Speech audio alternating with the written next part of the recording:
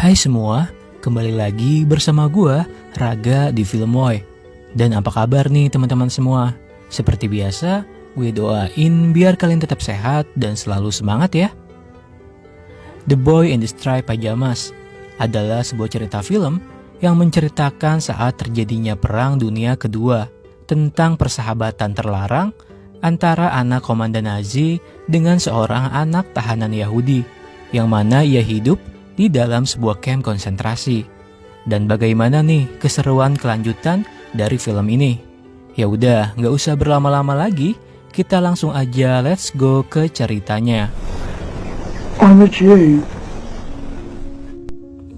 Film ini dimulai dengan latar belakang di kota Berlin, Jerman, sekitar tahun 1930-an, tepatnya di mana saat itu masih terjadinya Perang Dunia Kedua. Dan begitupun para tentara Nazi yang mulai menangkap para orang-orang Yahudi yang akan mereka jadikan sebagai tahanan. Dan setelah itu, kita akan diperkenalkan dengan karakter utama di film ini, yaitu seorang anak laki-laki yang bernama Bruno. Sepulang sekolah, ketika ia tiba di rumah, ibunya Bruno dan kakak perempuannya yang bernama Gretel, yang mana ia mengatakan jika nanti malam keluarga mereka akan mengadakan sebuah pesta perayaan karena ayahnya Bruno yang baru saja mendapatkan sebuah jabatan promosi baru, yang mana ternyata ayahnya Bruno adalah seorang komandan tentara Nazi yang sangat dihormati dan disegani di kota itu. Namun dari hal itulah ayahnya Bruno pun mengatakan jika keluarga mereka terpaksa harus berpindah rumah ke tempat di mana ayahnya akan ditugaskan nanti. Tapi seketika saja terlihat nih jika Bruno sedikit merasa berat hati karena ia yang sudah merasa nyaman tinggal di rumah ini. Namun ayahnya menjelaskan jika tugas baru ayahnya ini adalah suatu kewajiban sebagai komandan tentara untuk selalu mengabdi kepada negaranya. Jadi mau tak mau, dengan terpaksa Bruno pun menyetujui hal itu. Singkat cerita, akhirnya mereka semua pun tiba di rumah baru mereka yang berada di sebuah daerah terpencil. Ketika Bruno berada di dalam rumah barunya itu, terlihat jika Bruno masih saja merasa bersedih karena ia yang masih belum bisa meninggalkan rumah lamanya. Saat di kamar, Bruno pun mengintip keadaan di luar dari balik jendela rumahnya. Dan dari kejauhan, dia pun melihat jika sepertinya ada sebuah pemukiman warga di luar sana. Kemudian Bruno pun meminta izin kepada ibunya jika ia ingin bermain bersama anak-anak yang ada di pemukiman itu. Namun Bruno pun merasa ada yang aneh dengan orang-orang di sana karena dia melihat jika semua orang-orang di pemukiman itu memakai sebuah piyama dengan motif bergaris. Dan seketika saja masuklah seorang pria tua yang sedang membawa sayuran, yang mana ia pun juga memakai piyama dengan motif bergaris. Dan pria tua itu terlihat seperti orang-orang yang Bruno lihat di pemukiman itu. Sampai Bruno pun menanyakan hal itu kepada ayahnya, jika sebenarnya siapakah orang-orang yang ada di pemukiman itu. Namun ayahnya pun terlihat jika ia berusaha untuk merahasiakan hal itu dari Bruno. Dan kemudian tak lama datanglah ibunya yang mencoba mencegah agar obrolan mereka tidak lebih jauh lagi untuk dibahas. Saat sedang bermain ayunan, Bruno pun tak sengaja jika ia terjatuh dari ayunan tersebut. Namun beruntung nih, pria tua itu pun menolong dan mengobati luka Bruno dengan sangat baik. Dan dari situlah Bruno pun bisa mengenal pria tua itu dengan lebih dekat, yang mana ia bernama Pavel. Dan Pavel juga bercerita jika ia ternyata dulunya sebenarnya adalah seorang dokter, sebelum akhirnya dia ditangkap dan dijadikan tahanan di kamp konsentrasi, karena ternyata Pavel adalah seorang Yahudi. Dan tak lama datanglah ibunya Bruno yang mengucapkan terima kasih kepada Pavel.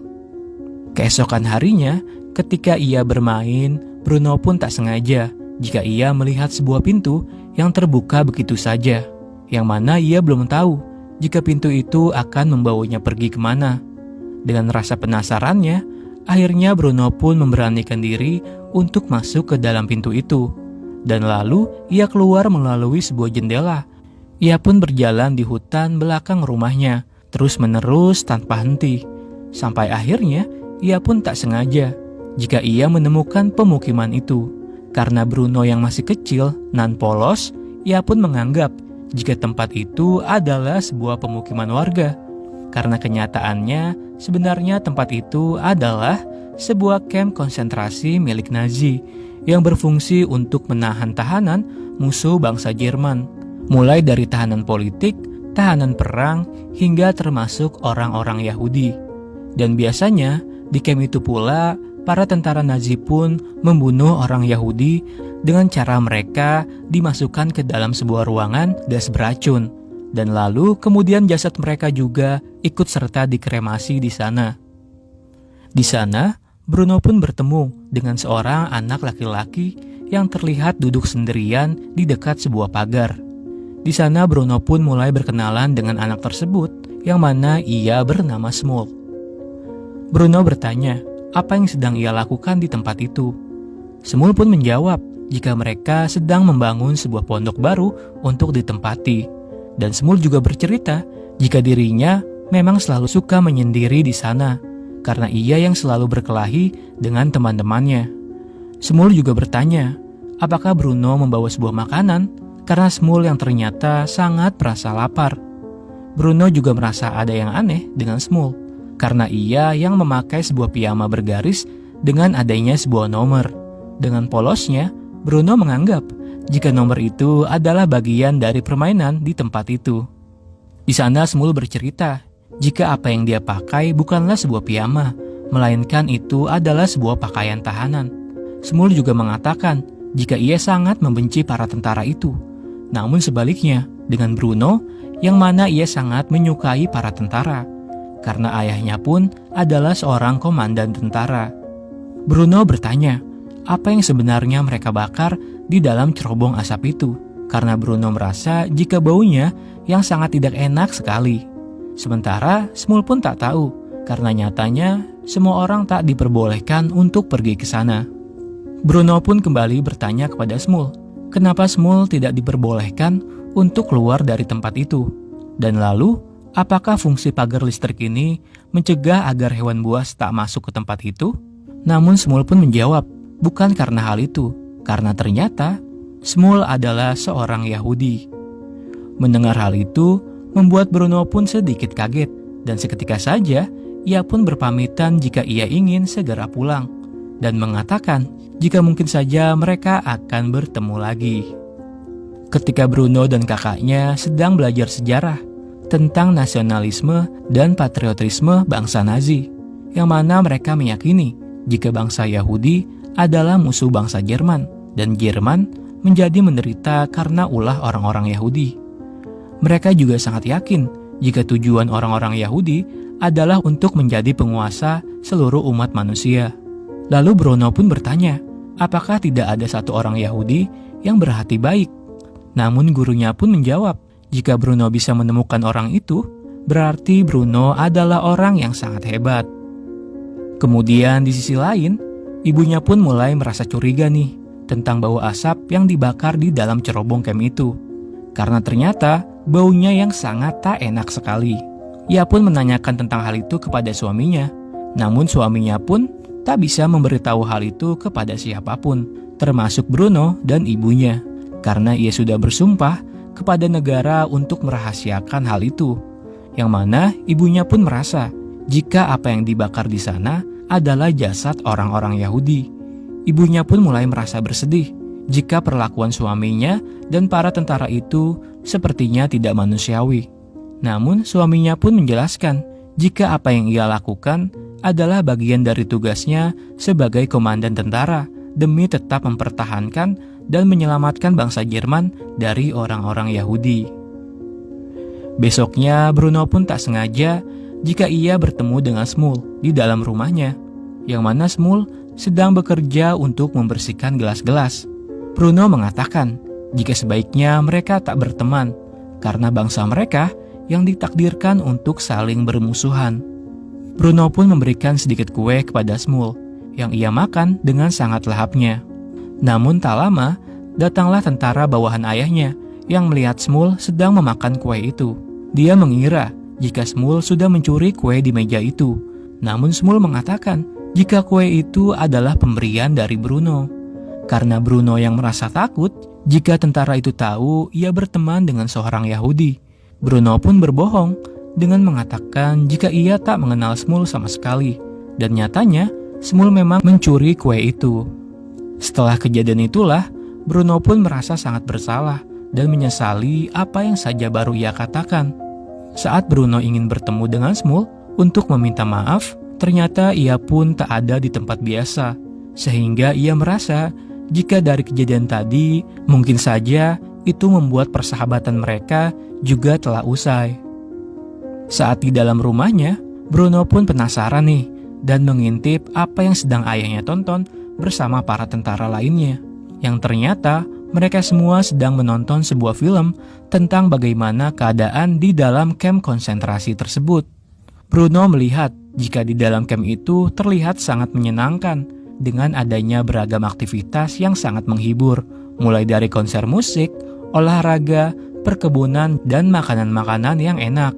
Dari hal itulah Bruno merasa jika keadaan di dalam kampnya Shmuel mungkin juga sama menyenangkan seperti apa yang ada di dalam film tersebut.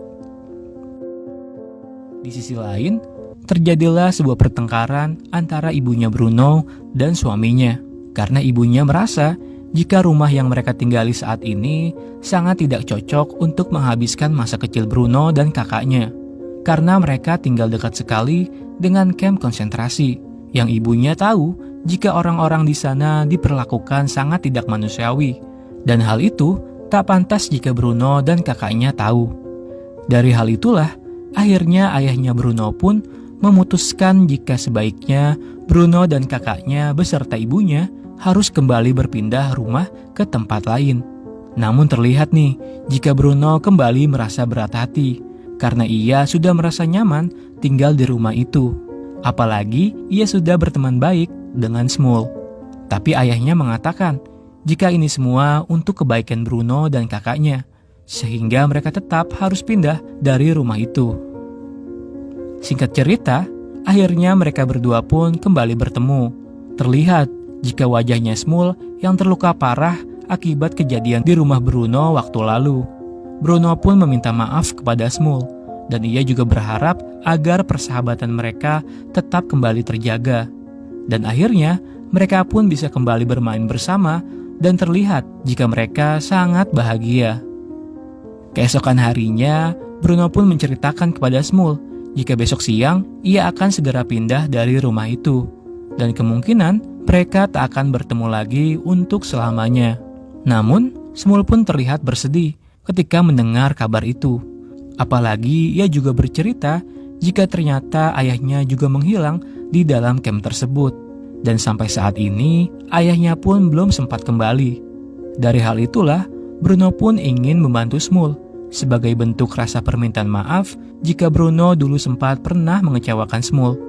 Dan akhirnya, mereka pun sepakat jika besok mereka akan pergi ke dalam kamp tersebut dan pergi mencari ayahnya Shmuel dengan sebuah rencana yang telah mereka siapkan.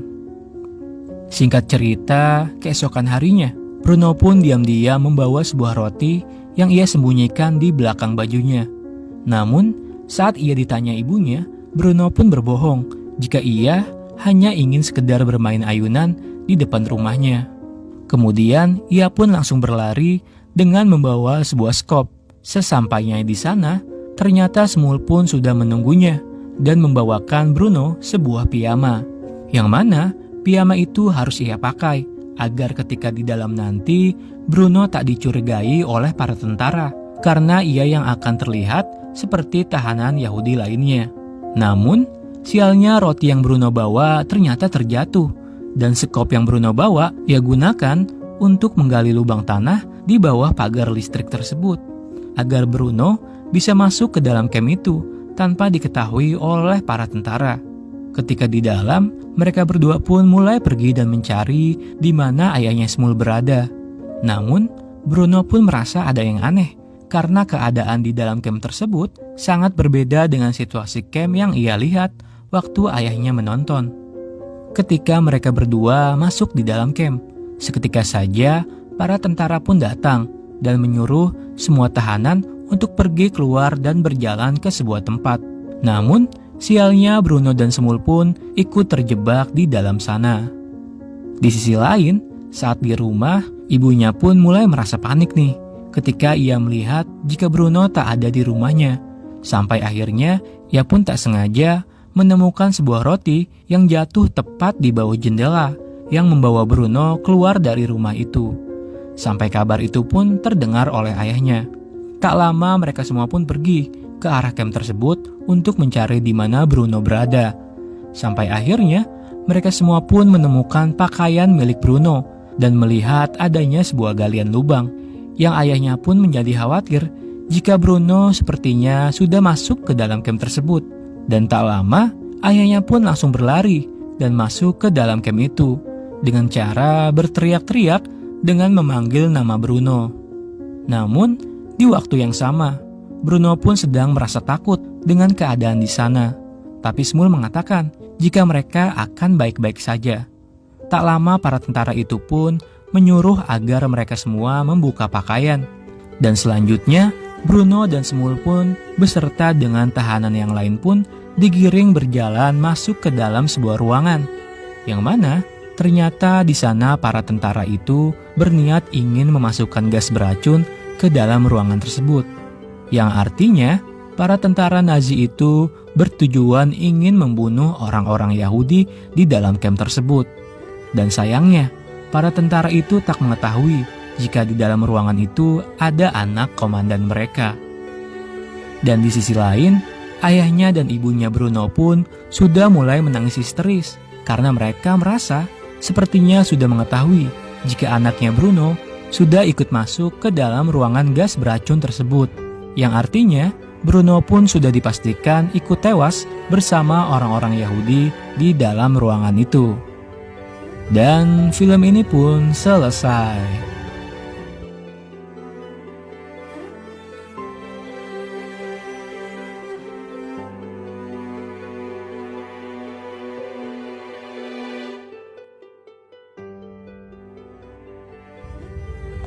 The Boy in the Striped Pajamas. Film ini adalah cerita fiksi yang diangkat berdasarkan novel karya John Byrne tentang kedua karakter anak yang sangat berbeda, yang mencoba menjalin persahabatan dengan sederhana, lugu, dan jujur apa adanya, tanpa melihat perbedaan status sama sekali. Namun di film ini seakan-akan menggambarkan jika mereka ternyata adalah korban perang yang sesungguhnya. Padahal sejatinya mereka tak tahu apa-apa dan tak mengerti tentang politik ataupun perang. Namun akhirnya mereka harus terlibat dalam konflik orang-orang dewasa tersebut.